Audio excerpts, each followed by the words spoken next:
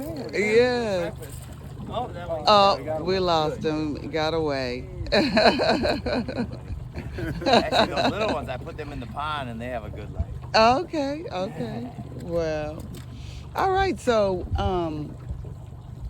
urban, how would I start with my front yard, my backyard? If I came and I said, okay, I have 20 by 25 front yard, because that's what we do. A lot of our houses are so close together, not a lot of space, um, and I'm in a food desert because a lot of areas. I'm from Texas, so in a lot of areas in Texas, um, some people never get out of their neighborhoods.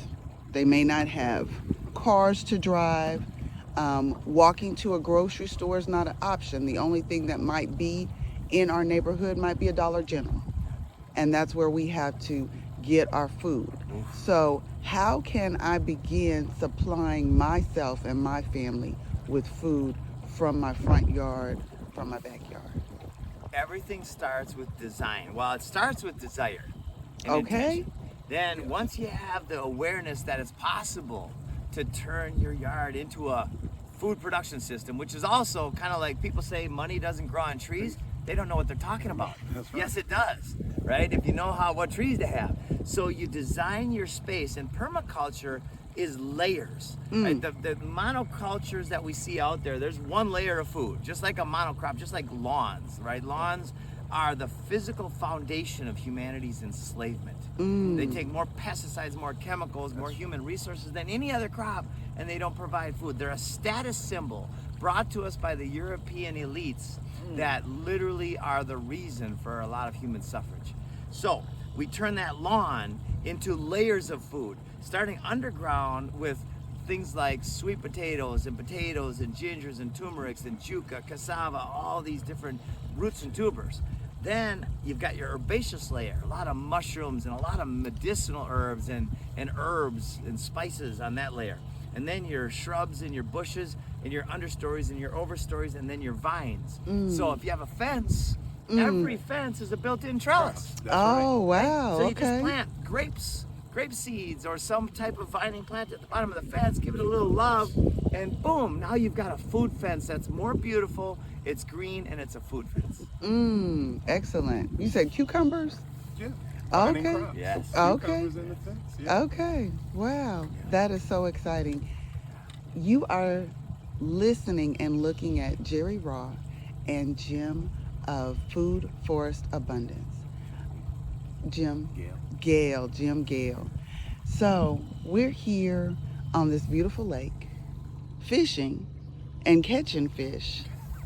Catching lunch. Catching lunch, catching dinner, catching breakfast. And can you imagine this being your life? Can you imagine actually being able to walk down the street to a pond, to a lake, and fish? But Jerry, tell us how we can grow fish and food at the same time. So that is another one of my specialties. It's called aquaponics, and it is catching fire right now. It's been around forever, since back with the Hanging Gardens of Babylon. So it's been around. So it's a harmonious system of fish growing your plants. So how you build it? It's very simple. Simple box. On the bottom of this box is what your tank. That's where you would put your fish in. Whether they be fingerlings or however big you want to start. And you use that nutrient-rich water from the fish waste, and you pump it back up to the top with a small pump. And then you allow that wastewater to grow the plants that's coming out of. It could be a soil medium, it could be a rock medium, and you allow it to grow out. And so that relationship is, once that water is pumped up, the plants take up the nutrients, drain back fresh water for the fish, and basically you have aquaponics going on. Now there are other smaller steps within there of the process of what's happening. You have microbes going on, you have worms in there that's going on as well. I can talk about nitrates and all of these types of things, but that's what you come to our conference to learn. That's what you come out to a place like Galt's Landing to learn. And you can learn it on a macro level, where this water could be pumped right into a greenhouse, because we have what's called chemtrails right now that's falling from the sky. So that's why you might want to use a greenhouse going into the future. But you pump this nutrient-rich water right into your greenhouse, let the plants clean that water up and push it right back out. Same system, just on a macro level. So you in your neighborhood, your backyard, can easily have a 250-gallon tank that is producing enough fish for a family of 4 every month on the cycle, and producing enough vegetables, leafy greens, to keep you with a fresh green salad every single day, 365 days. Excellent, excellent.